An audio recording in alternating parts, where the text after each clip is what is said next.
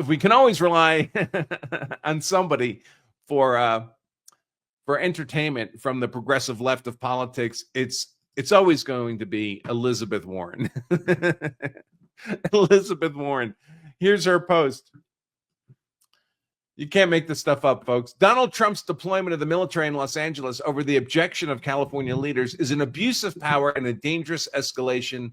It's what you would see in authoritarian states, and it must stop. Because authoritarian states, what they should do is simply allow themselves to be invaded, right? Not enforce law and order. And this is the peaceful protest that's being envisioned by Democrat Senator Elizabeth Warren, the fake Indian, the person who fabricated Native American heritage in order to steal a Harvard Law School job that had been allocated in a racist manner. Of course, it is Harvard after all.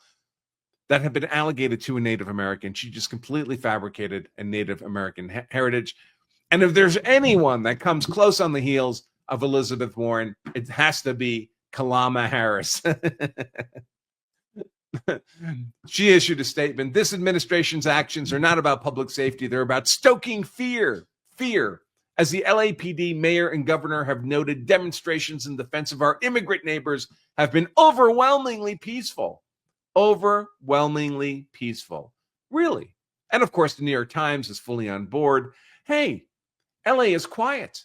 LA is quiet as National Guard begins to arrive. And the Governor Newsom press office simply put the National Guard as a complete overreaction by the president.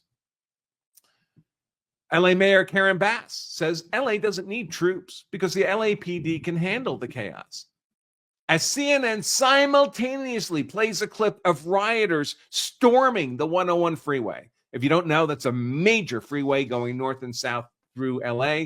Usually it's bumper to bumper traffic. If it's stopped, that's literally hundreds of thousands of vehicles that are not moving up and down that highway. Mayor Bass, I absolutely agree with the governor in asking that the troops be withdrawn. This would be the same mayor who so brilliantly handled the fire in LA a few months ago, and now the rebuilding effort in LA. She continues, I don't think this is the way to bring peace in Los Angeles. I think that our law enforcement officers can handle the situation, getting proven wrong in real time. Let's see. Let's play this little clip. Someday I will have somebody here to remind me every show, every show to put my earbuds in before I go live. Here we go, folks.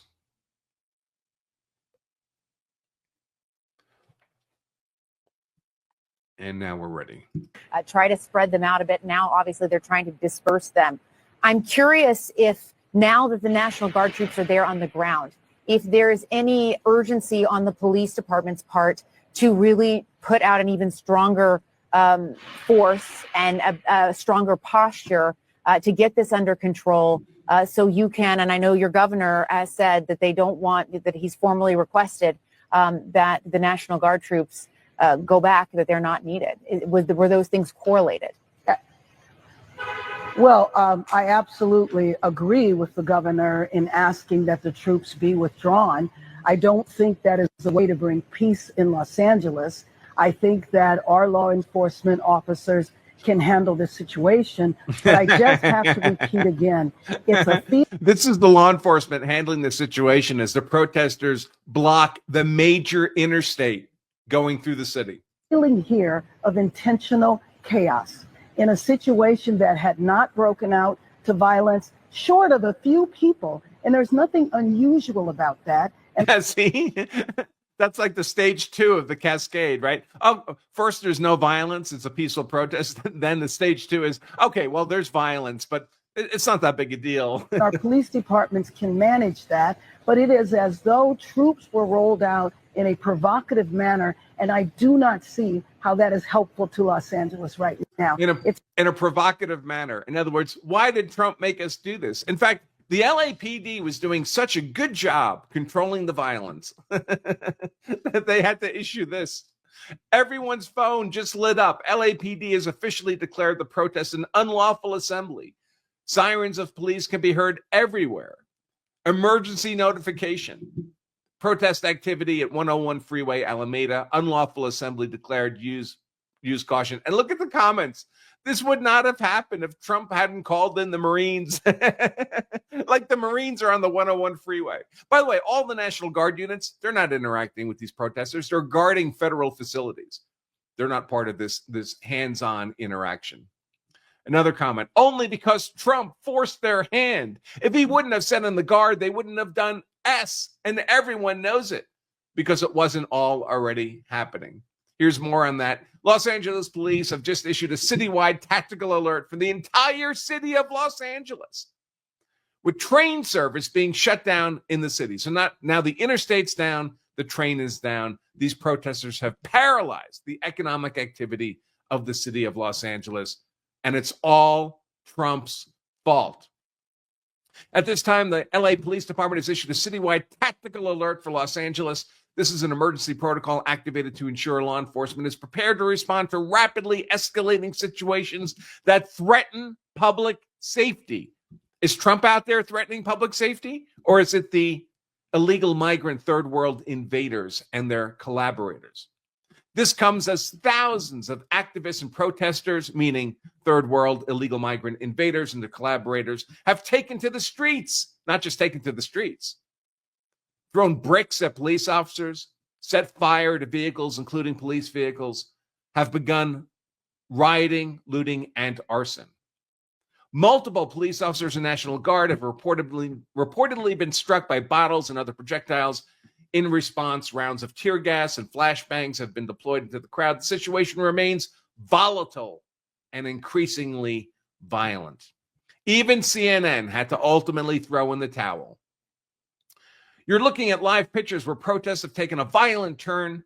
We're looking at right now, they're self-driving cars that clearly you see people who proclaim to be protesters waving Mexican flags or setting them on fire.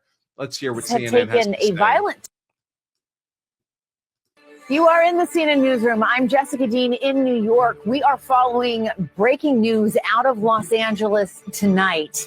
You are looking at live pictures where protests have taken a violent turn in this situation that we're looking at right now. These are self-driving cars that clearly you see people who proclaim to be protesters are stomping on them. We've seen some of them lighting them on fire, taking selfies with them, kicking them. Look how peaceful it all is. We've also seen law enforcement on horseback trying to disperse the crowd. Now, zooming out for a second, let me take you to where we are right now. This is after several days of ICE raids in. You are in the CNN newsroom. You've seen some of them lighting them on fire, taking selfies with them, kicking them. We've also seen law enforcement on horseback trying to disperse the crowd.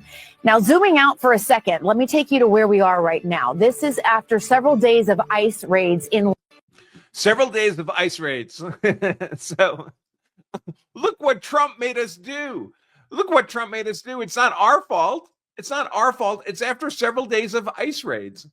Thanks for watching this highlight segment of our full-length Law of Self-Defense live stream. If you enjoyed this content, make sure to give us a like and subscribe for more expert analysis on politics, law, and how to be hard to convict. And to watch the full-length episode of this show, just click right here. Stay safe.